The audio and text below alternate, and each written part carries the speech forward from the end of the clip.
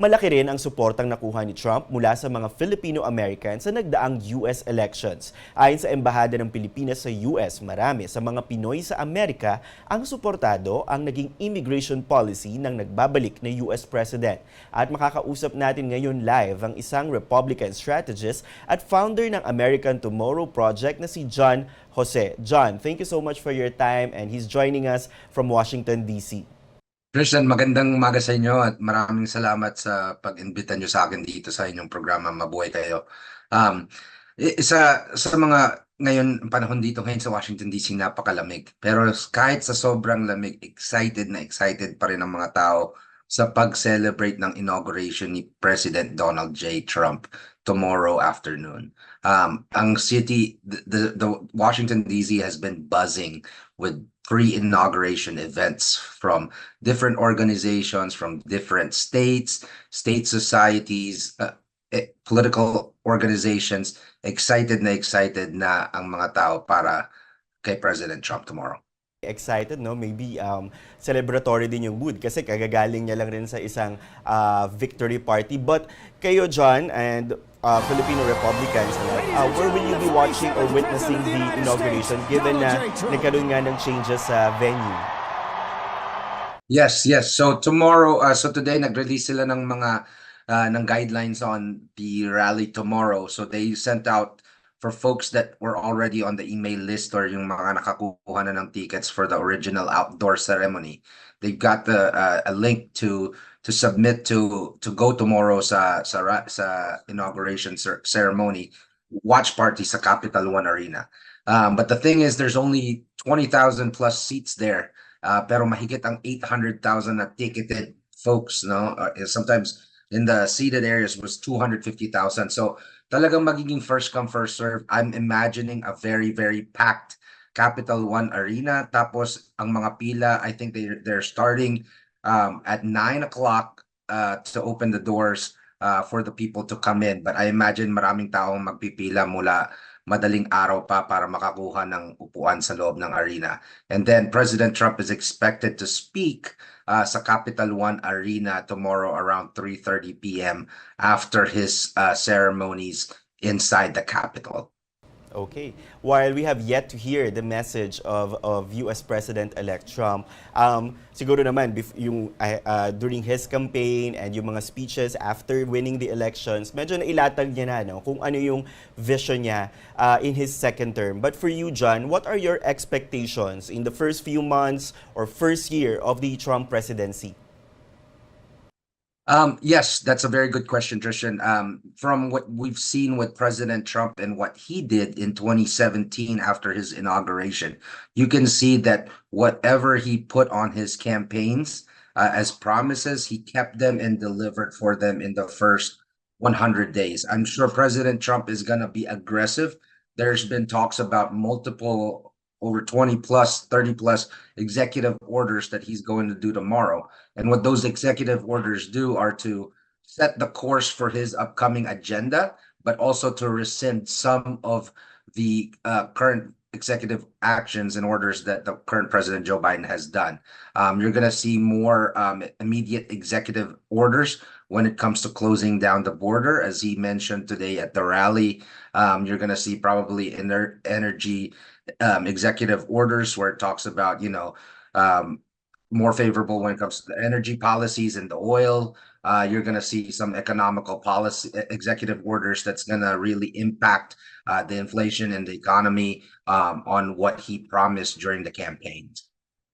You mentioned about closing down the borders, but back home dito sa Pilipinas, iba yung discussion, no? May apprehension, meron ding parang nagkakaroon ng confusion, no, na sabi nga baka libu-libong Pilipino yung mapapabalik dito dahil of the immigration policy, but authorities are saying we have yet naman to see or makita yung details ng magiging immigration policy. But for Filipinos in the US like you, ano ang discussion when it comes to this immigration? Why some are so supportive of this stricter immigration policy? Yes, absolutely. So in terms of It's definitely a very important cause and issue sa lalo na sa Filipino-American community. Ano, napaka-sensitive ng issue na yan na pag-usapan. Pero when it comes to the Filipino-Americans that do support this issue and what President Trump has been doing and what he promises when it comes to the border, it's to really follow the rule of law. Ano po, so para po patas ng mga tao na nag-isipin yung mga tao katulad namin, tulad ng nanay ko na nagpila ng sobrang haba sa loob ng embassy para makakuha lang ng visa na makapunta sa US at para sana magkaroon ng opportunity na magbago ang aming buhay. When it came to that, so even when you talk to the legal Filipino-Americans here, that's a sentiment that as they're appreciative of, they want to follow the rule of law. We want to get rid of some of the welfare opportunities that the current government gives to incoming immigrants, right? Instead of, and especially those welfare has been going to some of the illegal immigrants that's been coming in, while our legal immigrants have been kind of left behind. So yun yung mga issues talaga na napaka-importante sa ating mga Filipino community, and we heard that, from the past 4 years. We've heard that mula even from states of New York and California and even Nevada.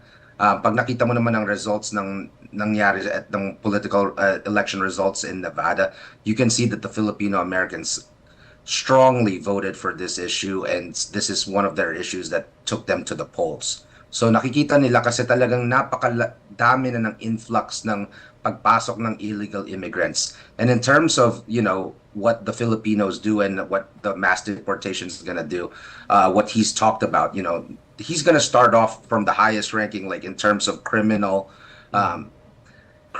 and folks that have really disobeyed the law and have been causing terrible things while they've been in the United States and all. And so even now, there's been an existing deportation orders with the current administration and Biden that he just hasn't really followed. But in terms of our Filipino Americans, I'd really want to follow the guidance of the Philippine Embassy. When it comes to this, they're recommending self-deportation already. If you've been considered as a illegal immigrant here in the United States, it's better to do that rather than the United States having to deport them. So I'm in agreement with the Philippine Embassy's guidance on this. Alright, so just to remove the connotation or parang perception ng iba, no, na it's Filipinos against Filipinos na, di ba? Kasi nga, baka yung iba, it's legal versus the illegal. But what you are believing in this policy is fairness and following kung ano talaga yung nasa batas and not to allow yung influx nga ng mga illegal immigrants, regardless kung saan silang bansa. Tama? Correct. It's the rule of law that we have to follow in this country. If not, then what do we even have to stand for? Ano po? Okay.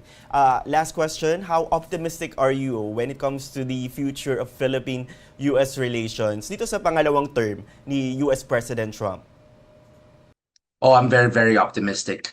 I'm very, from my understanding and from what I've heard, and it's what the Ambassador Mualdez has also been saying, that there's been no indication of any change when it comes to this. I still believe that the relationship between the Philippines and the United States is still going to be ironclad, as it always has been, and might even be stronger with this new administration.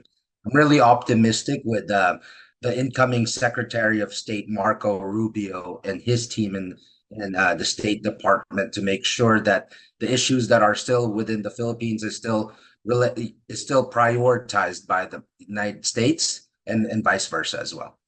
Okay. Republican strategist and founder of American Tomorrow Project, John Jose, thank you for joining us from Washington.